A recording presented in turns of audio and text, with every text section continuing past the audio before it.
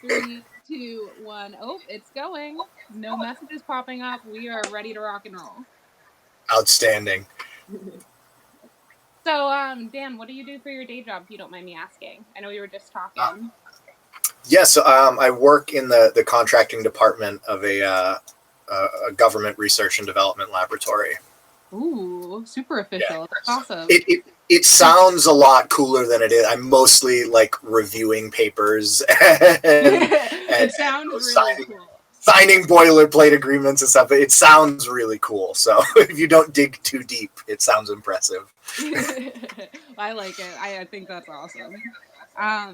We're just gonna wait a couple minutes for people to log on. I always try to do this, just get everybody in here. Oh, so you haven't had? Did they close down for Corona at all at your job, or have you been working through this whole thing? I've been working through the whole thing, but Wow. luckily they moved us to full remote like back in March. So I've just been working from home for most of the year, which I'm honestly not going to complain about. Yeah. It cuts out my hour commute every day, and I get to spend more time with the family, and it's definitely a cushy little setup. I'm not looking forward to going back whenever it is that we do. Yeah, I don't blame you at all. I think that's we've seen so many of the little positive things, like getting to spend more time with your family and the kids being home when they were home. Just have to take it for the good. Yeah, and it's a little challenging not having any face-to-face time either with supervisors or your customer base. So trying to do everything via email and the occasional Zoom call definitely presents its challenges, but I think that the benefits outweigh any costs. At least for me, they do. I know a lot of people are having trouble with working from home, being isolated from coworkers and stuff. So I'm very fortunate for it to be working out as well as it has been for me. Yeah, that's a great perspective to take. I think that's just what we have to do right now, is look at the positive. It is nice to kind of slow down and learning. There's so many things I'm learning because I'm such a hands-on learner. Like I need someone to show me what to do, and then I need to physically do it. Be like, is that okay? So now I'm kind of learning how to be a little more autonomous, and I'm like, okay, if we have to figure it out over Zoom, we can do it somehow.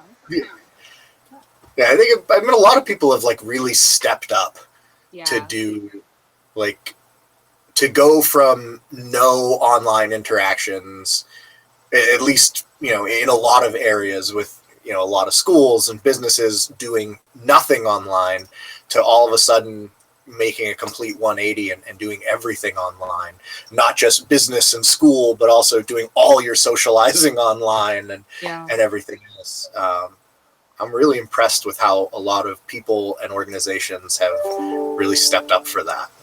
Yeah, I agree. It is, you sink or you swim, and it's amazing what we're capable of when we're in the situation to have to know what we're capable of. Yeah, exactly. You never know what you can do unless you have to do it. So yeah, exactly. So it's giving us a lot of skills, that's for sure. All right, Dan, I'm going to just go ahead and do our little introduction here. So hello, everybody. My name is Alexis with Mastermind Adventures. Mastermind Adventures is a team of creative professionals who are conquering isolation and loneliness by building community through play. One of our initiatives is the Game Master for Hire program, GM for Hire for short. These are awesome folks and storytellers, actors, and other performers who can bring the world of role-playing games to life for you and your friends, no matter what your experience level. So today we will be talking with Daniel Burns, one of our Game Masters for Hire. Welcome, Daniel. Thank you very much for having me. Thank you for being here. How are you doing? I'm doing good. I'm doing remarkably well considering, it's 7:00 on a Tuesday.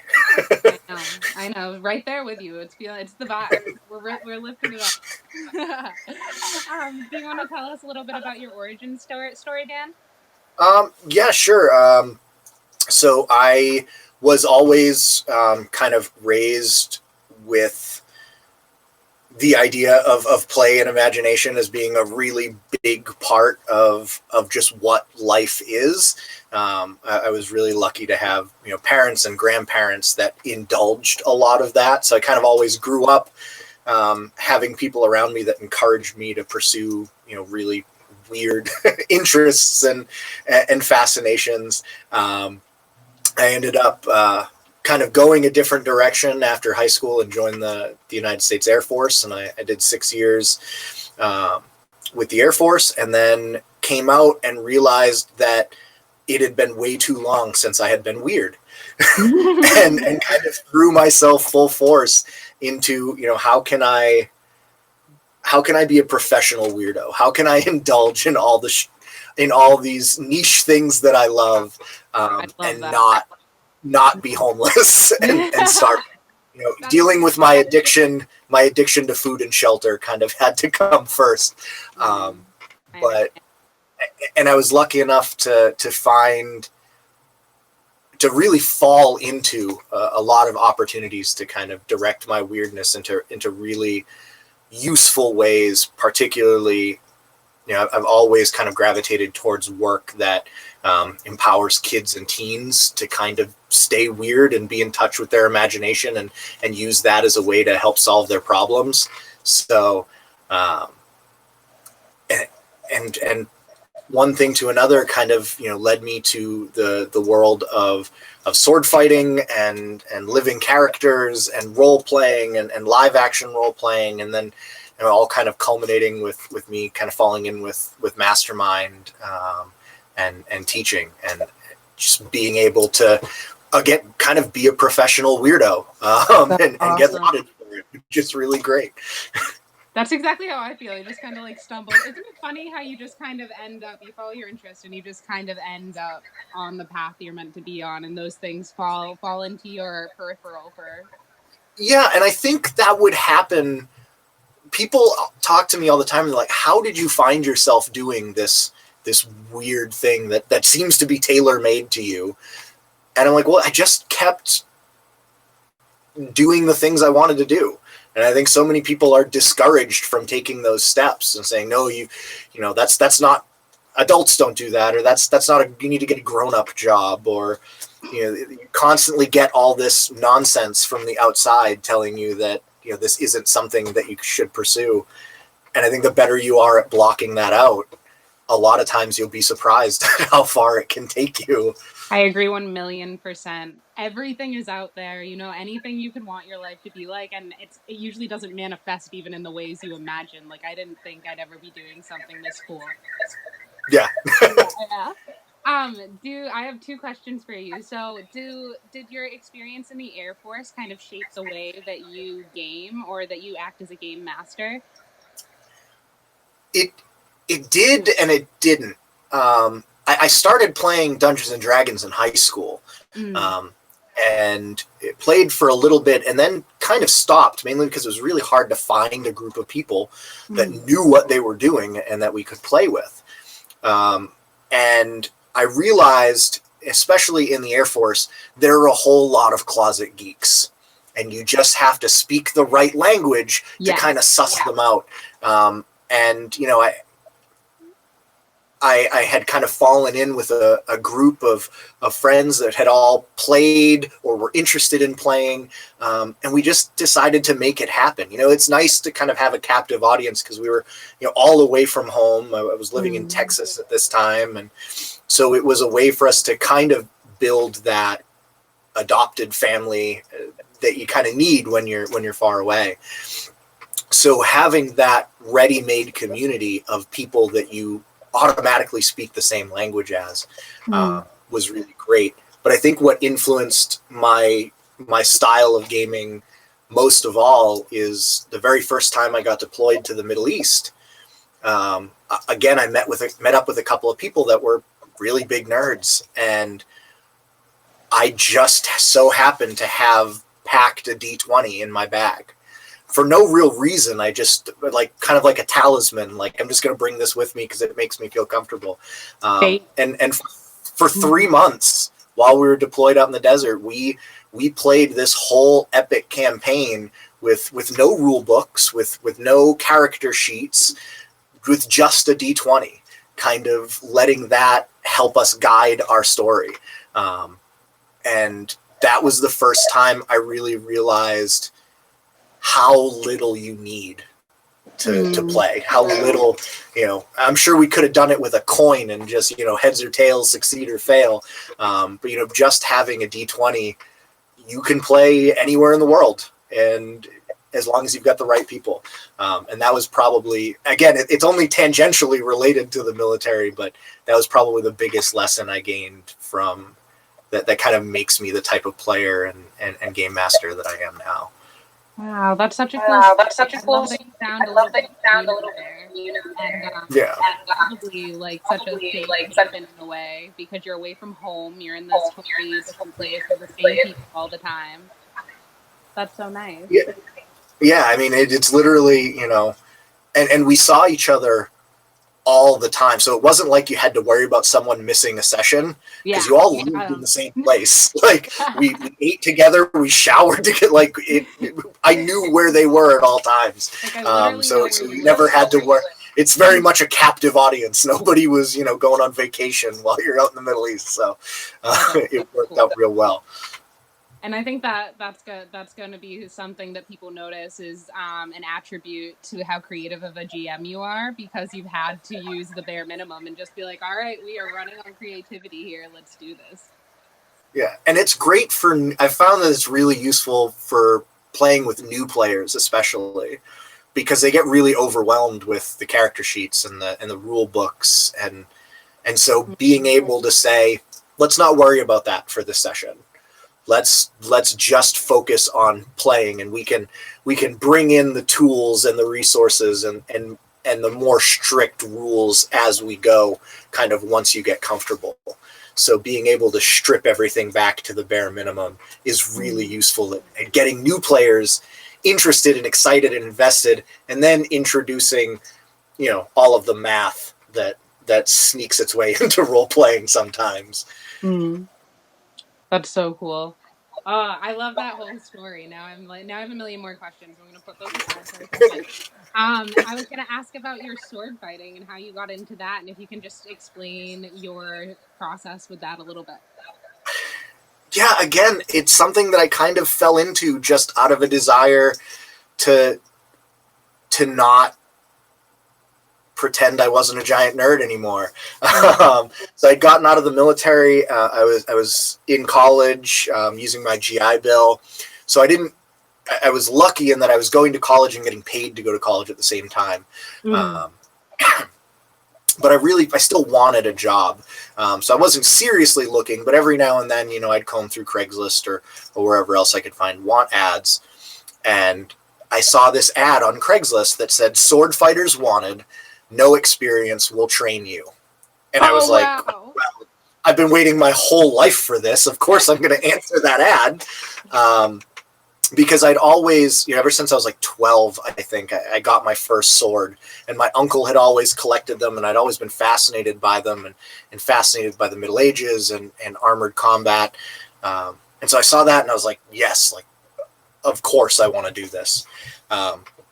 So I went, interviewed, and it was like a sword fighting LARP school. So they did all these classes and role-playing games with kids to kind of help, teach both social emotional learning and some academic stuff through role playing. And they also had a historic weapons program, which is kind of like a history class where you get to hit each other with foam swords. And so I was like, all right, obviously this is what I want to do. I was lucky enough to get the job, and started training up with one of the lead instructors. And he was an Eastern martial arts guy. He had trained in Jeet Kune Do for many years, and he was teaching this German longsword class without really knowing. Like, he knew the basics of it because he was a martial artist, and there's a finite number of ways the human body can move, whether you're in Asia or North America. It's all the same. There's a significant amount of overlap, and the students were having questions. And I found that I was able to answer a lot more of the questions than the instructor was at that point, just because I had kind of obsessively been reading about sword fighting and things like that for so many years. And so it was this weird, for a couple of months, we had this relationship that over time sort of switched, and I became the instructor for the class, and he was another student learning more of the European martial arts. So I had the history background, and I had the knowledge of the weapons. I just didn't have the physical training. Like, I hadn't actually trained in any of these styles or anything. So having martial artists there that were like, well, I can teach, if you know the history, I can teach you how your body's supposed to move. And I just kind of fell in love with it. It gave me an excuse to get even deeper into this thing that I've always been fascinated by. And I just never stopped. And then eventually I left that company, and, got married and had a kid, and realized I still wanted to do sword fighting. And I realized, well, I kind of learned everything I needed to learn. Like, I looked around at kind of what was available, and I'm like, well, I'm kind of an expert in this really weird area. And I didn't plan to be. It just kind of happened because nobody's putting that much time or effort into it. So I started buying, I already had a lot of my own swords and armor. And I mean, if I were to pan around in my little office here, I've got suits of armor everywhere and swords in cases, and I'll see. I feel like I'm talking to a real life samurai movie character. Yeah, there's my samurai armor and my sword case, and there's some Roman legionary armor tucked away in there. So it. Again, it all just, and even all that stuff, it kind of happened. I made friends with someone who was a collector. He was a fellow veteran. And I found him because he was like, hey, I'm selling this full set of Roman armor that, he had worn it to march Hadrian's Wall. And he's like, I'm getting ready to move to the Caribbean. You want to buy my, I was like, yeah, let's do it. And so I kind of built this collection of stuff, and now, when we're not in the middle of a global pandemic, I kind of pack everything up and I go to, schools and libraries and festivals and things like that. And I do classes and workshops and demonstrations for kids and adults, because you will never have an audience's attention like you have it when you have a sword in your hand. No, never. I think anyone that does any kind of public speaking, bring a sword with you, and it will improve your public speaking game 110%, guaranteed. This is award-winning advice. You should write a book. I think it really is. You are never upcoming book. He's going to teach you. Yeah, you're never as confident as you are, when you're holding a sword or wearing chainmail. Can't recommend it enough. And I just kept falling. I kept pushing forward, and suddenly, at random, I would meet someone that's like, oh, well, I've got this connection at this place, and, do you want to come speak at this library that I'm a board member of, or, going to Renaissance fairs and making friends with other people kind of in this really weird niche community that's been super welcoming. And, one of the things I always tell kids is, I introduce myself as a professional sword fighter, and I say, yes, that is something you can actually make a living at. It's not a great living. it pays, you might have to have a day job to pay the bills. It's a great living. It's just a multifaceted living. Yes, exactly. It's a great living. It's not the greatest paycheck in the world. Again, it's that pesky addiction to food and shelter. Wish we could just get rid of that. But you know what? It pays for me to buy more swords and armor, so very rewarding. That's a win, as far as I'm concerned. Wow. That's an amazing story. I feel like it all just called out to you, and you were like, yep, here I am, ready for this. That's really all it is. Like, I feel like I should have some message about, work towards your dreams and this and that. But I've kind of fallen into all of these things by just being honest with myself about what I love, and then just being open to it. Yeah. You know? Yeah, you're in your flow, totally. And when you're in your flow, it all kind of comes to you. Yeah. Oh, geez. See, we're getting the why. I'm getting the why. The wisdom is coming through the screen. Taking it all in. But, you mentioned a little bit about classes you had done with kids, and then you were talking about how role-playing skills transferred over to life skills. And would you just mind talking about some of the classes you did, some of the Outschool classes, or just programs in general? Yeah. So after leaving that sword school and kind of feeling like I had kind of been trained up and was ready to try and take some things on my own, a very close friend of mine asked me to be a part of a project that he wanted to work on. He really wanted to. We had both been in the summer camp industry before as well, and he really wanted to create a LARP summer camp, but geared specifically towards teenagers, and for the focus to really be collaborative problem solving and this social and emotional learning that is really, now I think they call them 21st century skills because they're big buzzwords in education. But there isn't really any place that's doing it super. Like if you go into public schools, they're trying to introduce a lot of this stuff, but it's difficult because a lot of them are having to teach to a test, and they're kind of shoehorning these, intangible life skills wherever they can, and they're putting in a lot of work. Public school teachers are absolute rock stars as far as I'm concerned. Oh yeah. But they have so many constraints and demands on their time that it's really hard to really explore some of these non-tangible ideas. And so we worked together, him and I and a bunch of other friends of ours. Again, all these people that we had kind of just, we kind of looked around and we were like, oh, well, we have school teachers and, therapists and psychologists and artists, and we have access to all these people that have all the specialties that we want to be able to teach these kids.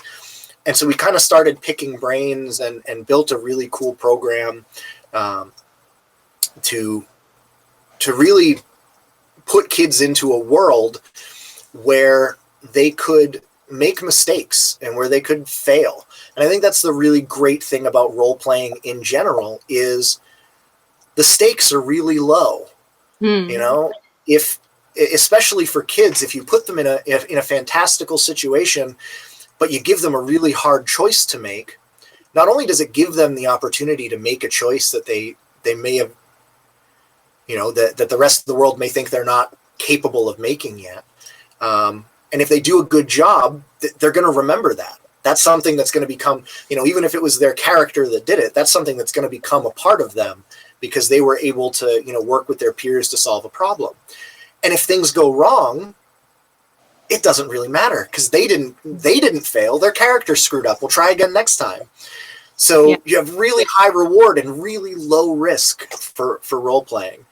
And I think it's really a really special way to reach kids and to teach some of these soft skills that can be really treacherous, especially for kids and teens. Social interaction when you're in middle school, social interaction is an absolute nightmare. It is terrifying, and the stakes are through the roof, or at least, to your 13-year-old mind, your botched interaction in the cafeteria could be the end of your life. But if you're practicing these communication skills and problem solving skills, and you're realizing, that the orc gladiator maybe isn't that different from, the football player that might pick on you, or, trying to win over the beautiful barmaid isn't all that different from maybe, talking to that girl in your math class that you had a crush on. And you can build those skills and take those chances. And if you fail, it's not that big a deal. The repercussions aren't there. So that's what really draws me to role playing as an educational tool.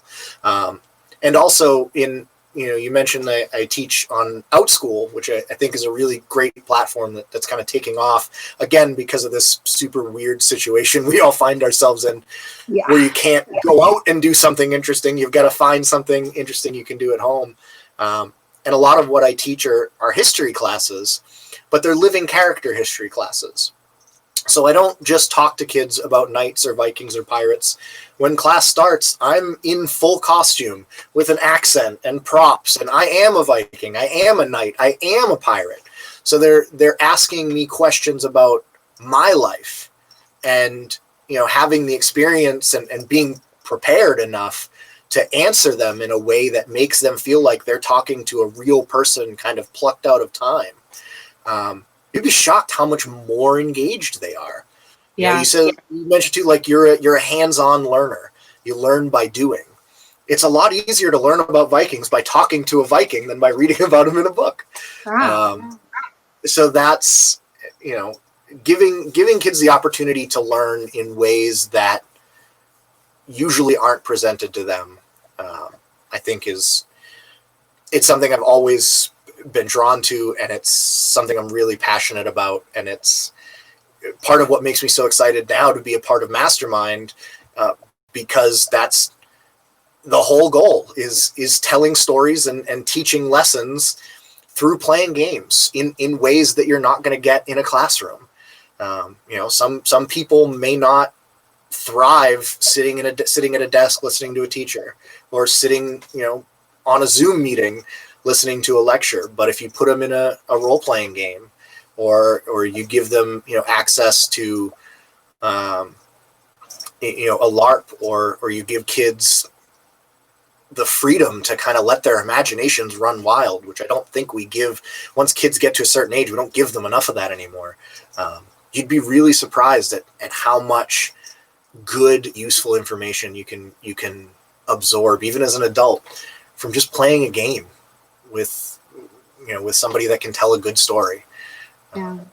So that's my very long rambling answer to that, but it's obviously something I'm really passionate That's okay. about. That was really awesome, honestly. And I think we actually talked about this particular aspect of role playing a lot, and how kids can transfer the skills of role playing into their real life. And I think you had one of the most wonderful explanations for it. You said all the right words, and I can tell you're very passionate. That's awesome.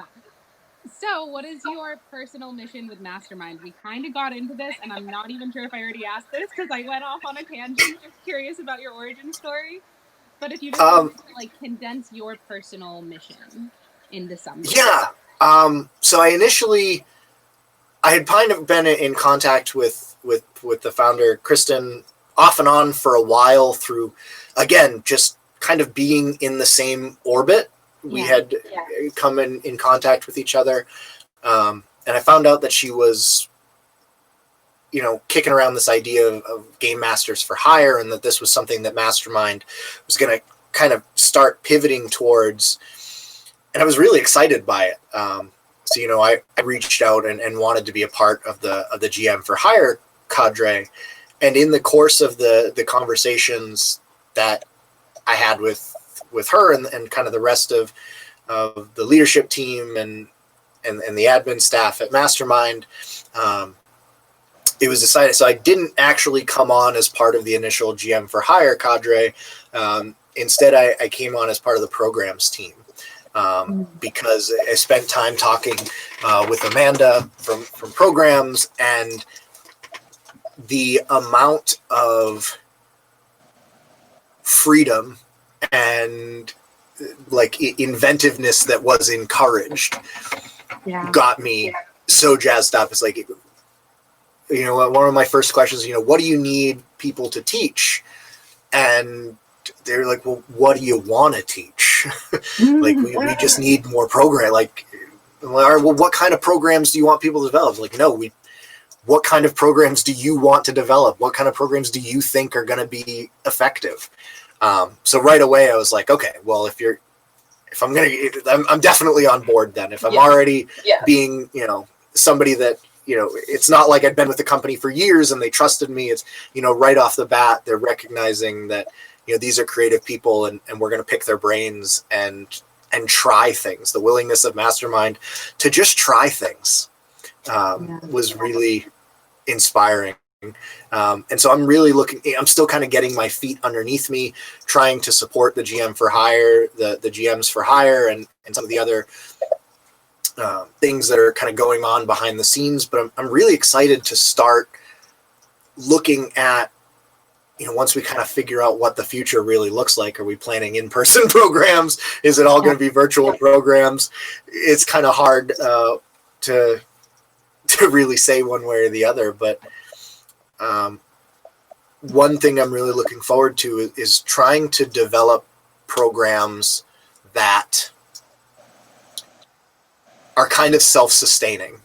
Not self-sustaining, but I want to train future masterminds. That's what I want. I want to create programs that get people excited about role-playing, excited about storytelling, and teaching people how to use storytelling to teach lessons, how to get these really tangible real-world benefits out of this amazing subculture of role-playing games. So it's not, as much as I love playing role-playing games and running games, I don't know that I'd say that that's like my mission for my time at Mastermind. I want to get more people excited about playing games and running games and making games that make a difference. And so if I can kind of, condense some of the lessons I learned accidentally and kind of teach them to people purposefully, I think that we'll have a whole generation of game players and game masters and storytellers that are not only going to be, hopefully they'll come right in and join us as part of this team, because we always need more wonderful, creative people. But hopefully they're also going to go out into the world with those skills, and, maybe we'll see more of that mindset in the corporate world or in, traditional education, and giving people those skills to be able to use gaming and storytelling as a way to teach and reach people that might be a little bit more difficult to reach than others, I think is a really worthwhile thing. And I'm so excited and so grateful that, again, I get to do it that somebody's going to pay me to do that. That's fabulous. Wow, that is so cool. I agree on every point. You're hitting on all the storytelling aspects. You're really resonating with my soul here. I'm just like said yes and wow so many times on this interview, and that's exactly how I feel. Just yes and wow. You're a true born teacher. You really are. Oh, that's so cool. So, what is your experience with LARPing, and where do you think your love for, well, we've kind of gotten into your love for role playing, but like your love for yourself getting to play and being that character?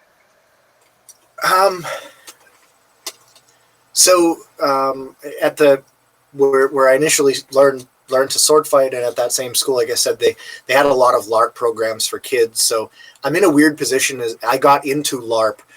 I started running LARPs long before I ever played in one. Oh, wow. And it kind of, in a weird way, it makes sense, because I'm also one of those people, like I'm the forever GM. I very rarely get to play in a game, just because I enjoy the storytelling aspect of it so much that it's hard for me to give that up to other people. So I'm trying to think. I don't know that I've ever actually been in a LARP purely as a player. Oh, wow. I've been like NPCs, and I've been staff and kind of logistics and working behind, but I don't think I've ever just been a player in a LARP. Now that I actually think about it, which is kind of bizarre. But even just being an NPC, being a part of the world, the thing that I really love about it is kind of what it does feed back into what I think the benefits of role playing are, is I get to detach myself for a little bit. Yeah. I can be, I can play a character that's really cocky when I'm not the most self-confident person in the world, but I get to pretend I am. And for, those 3 or 4 hours, I am. I'm a cocky, self-possessed. I walk differently. I breathe differently. You know what I mean? Yeah. Or, I can be someone that's like, I love playing bad guys because I like to think I'm a pretty nice guy. But the ability to kind of be mean and be, explore these sides of myself and just human nature that aren't socially acceptable to explore. You can't wake up and go to the bank and decide I'm going to be a jerk today and be mean. Well, I mean, you could, but but you shouldn't. Yeah. That is so cool, though. I mean, that you really hit the nail on the head there. It's like we're channeling. We all have these aspects of ourselves being on the spectrum of just being a human. We're capable of everything between good and evil, and in some way that all lives inside of us. So it's like a very healthy way to be able to explore your shadow aspects and be able to get at just like, because it's a little part of you, right? And when you're playing it, you're like, okay, I can feel how this is a part of me, but I don't have to express it in a way that's dangerous or hurtful or going to end me up somewhere bad. Yeah, and there's like a distinct end to it. Yes. You know what I mean? Like at the end of the day or at the end of the scene, when you need to, or if you're working at a LARP and you need to transition to a different character, it's literally, you take the hat off or the mask or the cloak or whatever it is, and that character goes away. And so it is, it's a really safe, like self-contained way to play with different aspects of your own personality with really low stakes. Because if even in my own experience, I've discovered parts of myself that I'm like, oh, that interaction felt really comfortable and was a lot more successful than it would have been if I had done it the way I would usually do it. So I get to take that lesson and make it a part of who I am. And then I also get to do, the fun things where, maybe you go a little bit too far and make a kid cry. It's only happened a handful of times, but sometimes you get involved. Not intentionally, but it's happened. But the stakes are still fairly. You can take that hat off. You can take off the villain mustache, and not only is it no longer a part of you, but especially when you're like role playing with kids, they get it so fast. Yeah. Where a kid could be terrified of me in one scene because of whatever character I'm playing, and 20 minutes later encounter me as a different character. Nothing has changed other than I'm wearing a different outfit for the most part, but our interaction completely starts fresh. The kids get, and role players in general, I think, are so used to that kind of code switching that they get, this is a different person. That interaction is not representative of everyone or not representative of that person. They're playing a role. So again, it's really high reward if something works and really low stakes if something doesn't work. And very cool. I can't think of anywhere else you get that. It's such a luxury. Yeah. All stems from storytelling. It really is just being able to get into those roles. It's so cool. What a cool observation. Wow. Do you have any open campaigns or streams or just any more epic stuff going on? I know I brought you off the rails a little bit, but you have so much going on. It's fine. Not with Mastermind. Like I said, I've just been kind of supporting the GMs for hire, and we play tested a really great game created by another Mastermind, Sarah, that I got the opportunity to help run. That was a ton of fun. Wow. But I'm kind of, as I'm settling in, I'm kind of focusing on that support role, and so not running any active campaigns or anything. I am teaching classes on Outschool, as well as a platform called Your Teachable Moment, which is for adult classes. So Outschool is all kids. YTM is all adults. So again, just trying to explore this weird new world of virtual learning, and since I can't go out to festivals anymore, I've got to find a way to interact with people somehow. But if you are interested, if anybody watching is interested in the other stuff that I do, you can go to danburnsswords.com. That's my website. It's got a list of all the in-person events I do when I start doing in-person events again. It's got a list of all my Outschool classes and links that you can click on to go and enroll your kid in a class, special events and things like that. I do weddings. I'm actually ordained. I can legally perform weddings in every state in New England. Will you wear your suit of armor and bring your sword? Yeah, if you want to get married by a knight or a samurai or a Viking or something, yeah, get in touch. Now I want to get married. I need to figure this out so quick because I feel. Yeah, so you might be putting the cart in front of the horse a little bit there. That's good motivation. I don't know if that's the best motivation to get married, but when you do, keep me in mind. Yeah, so I mean that's kind of where my focus has been. I'm really hoping to have some, I'm having some discussions with some other masterminds about some cool games and programs that may be coming down the pipeline in the future, but I don't want to mention anything because nothing's set in stone yet. But there's so much. The great thing about the great thing about this company, the great thing about Mastermind is there's so much going on behind the scenes. Like all the people that are watching and that have been following kind of this new iteration of Mastermind with the GM for hire and all this great stuff that we're starting to do. I would just say, I really think Mastermind is just getting started.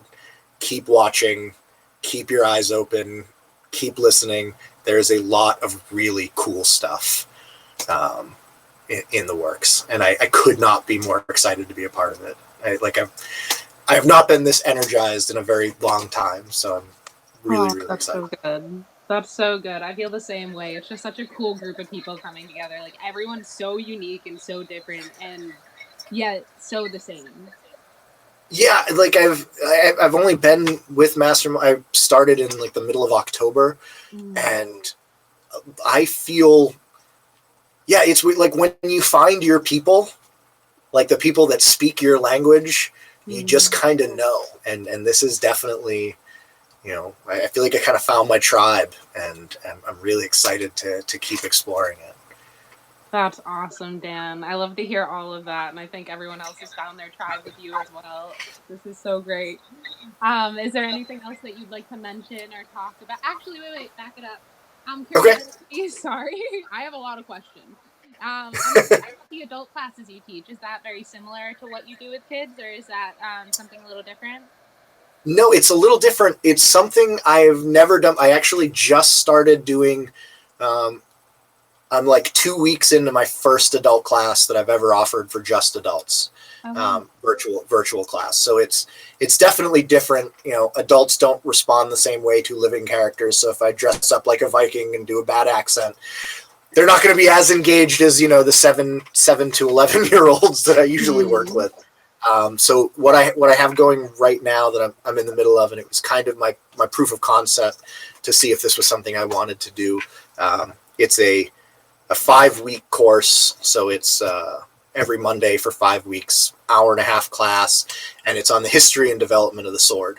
So I've got a halfway decent little library here of sword history and things like that, and I've just been taking my students through everything from the first swords, showing up at the beginning of the Bronze Age, up through, advances in iron and steel and the design and form of swords and how that informs the way that they're used and what it can tell us about the time that they're from and the cultures that developed it.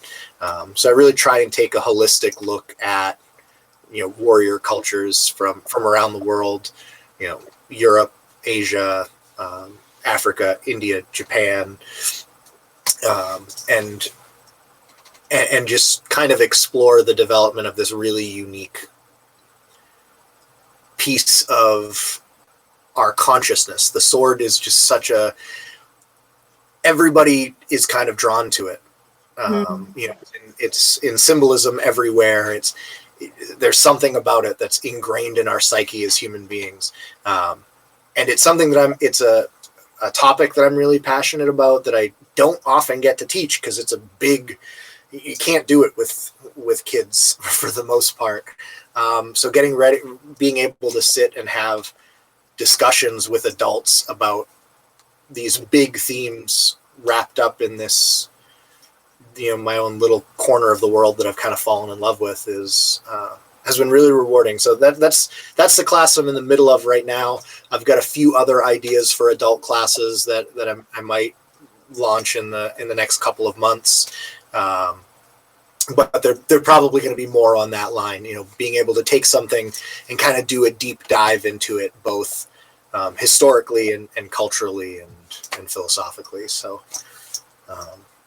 Cool. Definitely different from what I do with kids, but rewarding in a completely different way. Yeah, well, it seems like you found a way to kind of nourish all aspects of yourself, right? Like that love for the history. It's almost like how you found that kind of combination. Everything came together when you were sword training, and the master became the teacher, the teacher became the master, our student became the teacher became the student. Very cool. Very interesting.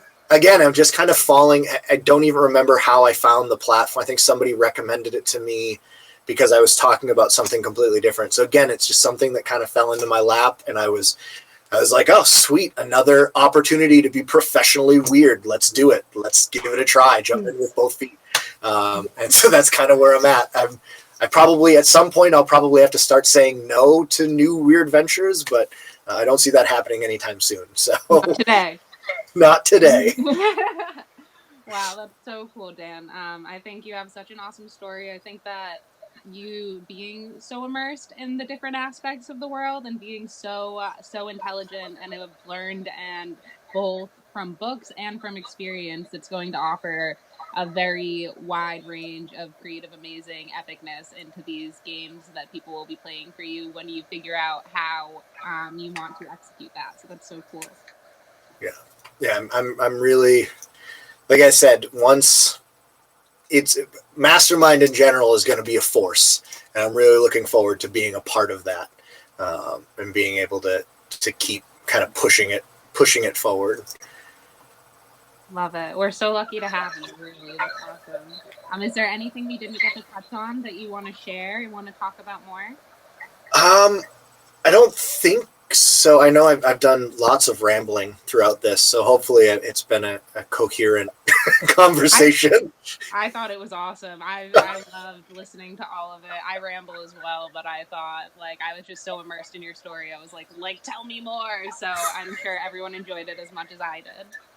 Well, thank you very much for letting me kind of indulge. I don't often I do a lot of storytelling for a living, but it's not very often that somebody wants that much of my story. So I'm really happy to have been able to share. And I hope there was some nuggets of useful wisdom or encouragement in there. And the only thing, be weird, embrace your weirdness, and there's really no downside. Okay, depends on how weird your weirdness is. But for the most part, embrace your weirdness and just be open to the things that are coming your way. The more you're open with yourself about what you love and what makes you happy, the more you'll start to see opportunities to do that every day. And that's the thought I'd like to leave people with. Yeah, that's a great note. to end. So thank you so much. And where can people find you, get in contact with you? The best way to find me, you can find me on Facebook. Just search Dan Burns Swordsman on Facebook. I'm there. Go to danburnsswords.com. You can find a link to my Facebook page and my Instagram, which is woefully lacking, through that. And you can also find my profile under the Game Masters for Hire with Mastermind. Reach out there.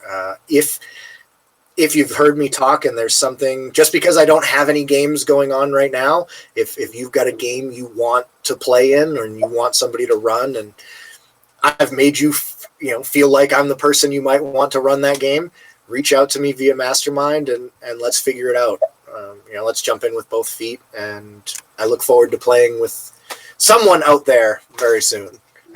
Wonderful. It's coming. It's coming real soon. I think people are fired up. I know I am. I'm like, I want to get my own suit of armor. I want to learn how to fight people in a suit of armor. It's all like, I'm very inspired right now. Well, thank you so much, Dan. I had so much fun talking to you. And everyone, we have these sessions every Tuesday and Thursday so that you can get to know our Game Masters for Hire a little bit better and get to know everyone's unique personality and all of their epicness.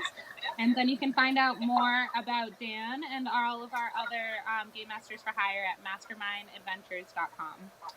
All right. Bye, everybody. Thank you so much. Bye. Thanks so much for this.